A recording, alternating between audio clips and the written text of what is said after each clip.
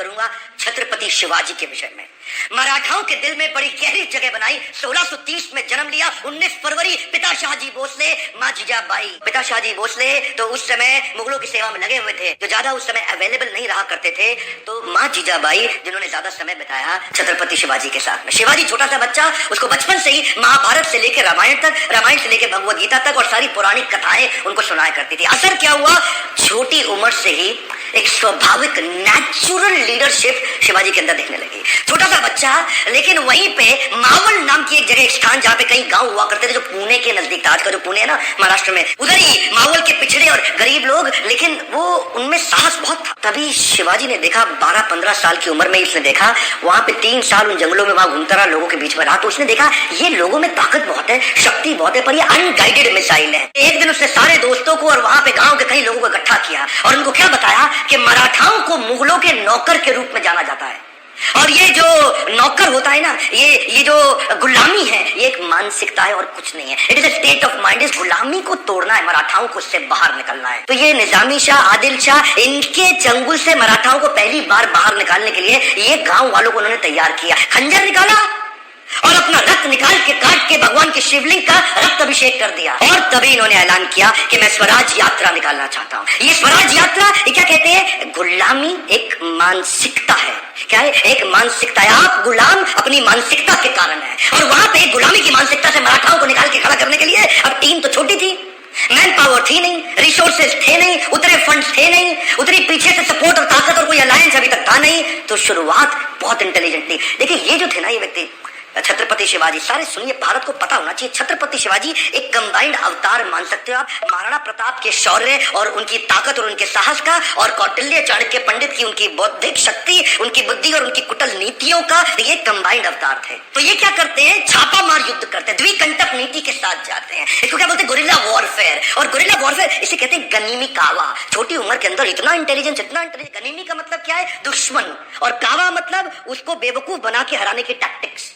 ये ऐसे टैक्टिक्स से लड़ते थे, इनको पहाड़ी चूहा बोलते थे, कि पहाड़ों के अंदर से कहां से निकल के किधर से निकल के आके दुश्मन पे अटैक करेंगे। छोटी सी सेना इन्होंने शुरू करी थी और अपना साम्राज्य दक्षिण से लेकर के ऊपर तक, गुजरात तक, इधर बहुत जगह फैलाया। एक बार उधर ही के मुगल राजा आदिल शाह ने मराठाओं के बीच में से इनके पिता को उठा करके जेल में डाल दिया, कारावास दे दिया, और ये बहुत दिन तक सोचने लगे कि क्या करें। और तभी देखिए, उसी समय में शाहजहां भी था दिल्ली के अंदर, और शाहजहां भी हालांकि है वो भी मुसलमान और आदिल शाह भी मुसलमान, लेकिन पॉलिटिक्स तो पॉलिटिक्स है ना। तो मुगल राजाओं को उन्होंने आपस में कैसे करवाया, उधर उनको सपोर्ट और अलायंस की बात करी। इतने मास्टर अलायंस के मामले में, कब कहां किससे अलायंस बिल्ड करना। शाहजहां को बोले कि आप इस पे इन्फ्लुएंस डालो, ये मेरे पिता को छोड़े, और शाहजहां उनकी बात मान गए।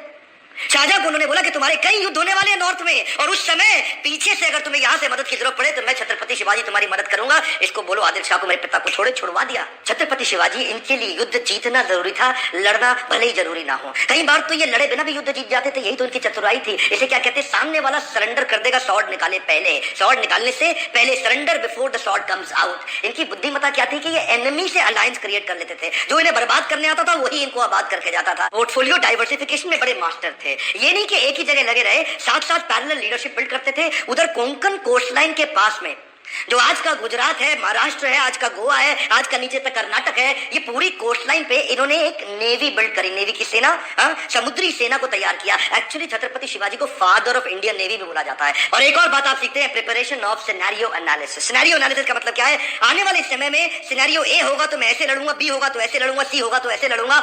सिनेरियो की तैयारी पहले रखनी चाहिए। उस समय वहां का तानाशाह आदिल शाह, जो उस समय तक शिवाजी से बहुत तंग आ चुका था, बहुत परेशान हो चुका था, इन्होंने अपने सबसे बड़े सेनापति, सबसे चीफ जनरल अफजल खान को भेजा कि अफजल खान इसको खत्म करके आप किसी तरीके से। अफजल खान जानता था शिवाजी एक ईमानदार आदमी है, तो उसको एक प्रपोजल भेज दिया, शिवाजी मैं तुमसे अकेले मिलने आऊंगा, संधि करना चाहता हूं, अकेले मिलोगे मुझसे। शिवाजी बोले ठीक है, अकेले मिल लेते, मुझे कोई समस्या नहीं। अफजल खान ने बोला नियम यह है, ना तुम्हारे पास कोई सेना, ना मेरे पास कोई सेना, मैं भी अकेले, ना तुम्हारे पास कोई अस्त्र शस्त्र, ना मेरे पास कोई अस्त्र शस्त्र। अफजल खान जानता था छत्रपति शिवाजी बड़े ईमानदार व्यक्ति हैं, हाँ बोल देंगे तो ऐसे ही बिना शस्त्र के खड़े भी हो जाएंगे। उनसे 2.5 गुना लंबा चौड़ा अफजल खान आकर के गले मिलने लगा शिवाजी से। अब छोटे से शिवाजी और पीछे से खंजर निकाल करके पीठ में घुसा दिया। प्रिपेयर्ड थे पहले ही। शिवाजी पहले ही प्रिपेयर थे। एक ऐसी लोहे की उन्होंने बुलेट जैकेट पहनी होती, पावरफुल, उन्होंने ऐसी जैकेट स्टील के अंदर बना रखी थी जिससे कितने भी खंजर डालो अंदर घुसे नहीं, लेकिन दिखाई नहीं पड़ता था। वो जानते थे कि ऐसा हो सकता है, ईमानदारी पूरी रखते लेकिन प्रिपरेशन भी रखते। इसको बोलते हैं सिनेरियो, अगर सी निकल आया तो उसकी प्रिपरेशन भी रहे। हाथ पीछे से खींचा और उनका सिंह नख बाहर निकल आया, और वो जो सिंह नख नाम का उनका जो चाकू होता है ना, वो चाकू शेर के पंजे जैसा इतना सॉलिड कि उसको घुसाया पेट में और खान का किडनी वहां से बाहर निकाल दी फाड़ के। और यहाँ रुके नहीं, इसको मारते ही अब इसकी सेना का पूरा मनोबल तोड़ दिया, उनकी मानसिक दिशा को कमजोर करके उनका प्रतापगढ़ किला जीत गए। सबसे बड़ी लर्निंग एक और है, पहले तो प्रिपरेशन रखो पूरी वर्ष के लिए, और उसके बाद अगर जीत गए या हार गए उसको अपने ऊपर हावी मत होने दो, अगले के लिए चालू कर दो। अभी इतनी बड़ी जीत मिली कि ये नहीं कि मतलब अब जाके बैठ के आराम करेंगे, बहुत बड़ा किला जीत गए, बहुत बड़ा किला जीत गए। 18 दिन के अंदर अगला किला पन्हल का, फोर्ट ऑफ पन्हल, उसको भी कैप्चर कर लिया। अच्छा, एक हारने का उदाहरण भी देखिए, मिर्जा राजा जयसिंह उस समय हुआ करते थे। अब इन्हें मुगल लोगों ने राजा जयसिंह को मिर्जा बना लिया था, अपने साथ जोड़ करके अपनी सेना में ले लिया। एक दफा मिर्जा राजा जयसिंह ने इनको एक युद्ध में हराया और इनसे पुरंदर की ट्रीटी साइन करा ली। पुरंदर की ट्रीटी साइन कराते वक्त इनके 23 किले इनसे छीन लिए गए, और 23 किले अब इनके हाथ से निकल गए। वो उनके लिए हार थी, हाँ हार थी, लेकिन हारने के बाद भी नहीं रुकते। ये क्या किया, कमॉन, चंडी में 23 किले हाथ से निकल गए, हाँ निकल गए, लेकिन रुकना तो है नहीं। अगले कुछ सालों के अंदर 23 किले हारे पर 360 किले और जीत गए। 360 किले इन्होंने, जो फोर्ट होते हैं कई मैंशन, एक के बाद एक के बाद। इनकी लड़ाई किसी भी प्रकार से किसी धर्म के अगेंस्ट नहीं थी, इनकी लड़ाई थी मराठाओं की रक्षा करने के लिए।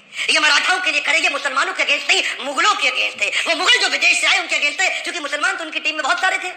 इनके कई सारे बड़े बड़े आर्मी के जनरल ही मुसलमान हुआ करते थे, इनके कई दोस्त भी मुसलमान थे, इनके जो एक अपनी टीम के वजीर आजम वो भी मुसलमान थे, इनके कई गुरु भी मुसलमान थे। लेकिन ये मुगलों के खिलाफ थे जो आके मराठाओं को तंग करके उनको नौकर बनाया था। बाहर से आके मुगलों ने मराठाओं को जो तंग किया, उनकी पीड़ा को वहीं से इन्होंने टीम को नीचे नीचे से इकट्ठा करके छापा मार युद्ध से आज इतनी बड़ी सेना खड़ा कर ली। अच्छा, एक बात और जो इस वीर मराठा को मुगलों से अलग करती थी, वो खास बात थी इनका स्त्रियों के प्रति विशेष सम्मान। क्या बोलते थे, माँ, औरतें और बच्चे, इनको कोई तंग नहीं करेगा चाहे कुछ भी हो जाए। और ये जो उनकी लीडरशिप विल्टन थी ना, ये बचपन में महाभारत, भगवत गीता, रामायण पढ़ने से जो उनके अंदर आई, ये इन्होंने अपने सैनिकों में भी कूट कूट के डाल दी थी कि अगर किसी, देखिए जहां उसी समय मुगल लोग औरतों को उठा लिया करते थे, उनका अपहरण करते थे, उनका रेप कर लेते थे, उनको उनके मंदिर तोड़ना, उनको मारना पीटना, वहीं ये क्या बोले, किसी दूसरे धर्म का अपमान नहीं करेंगे, किसी दूसरे की स्त्री को गलत नजर से कभी देखेंगे नहीं, और अगर मेरा कोई सैनिक देखते हुए मिल गया तो उसको खत्म कर दूंगा। इन्होंने वो वैल्यूज अपनी टीम के अंदर डाल दी। इनकी ये क्वालिटी ने इनको इतनी रिस्पेक्ट अर्न करी, इतनी रिस्पेक्ट अर्न करी कि लोग अपनी जान देने लग गए। इस वीर मराठा की कथा मैं चाहता हूं पूरे देश तक पहुंचे।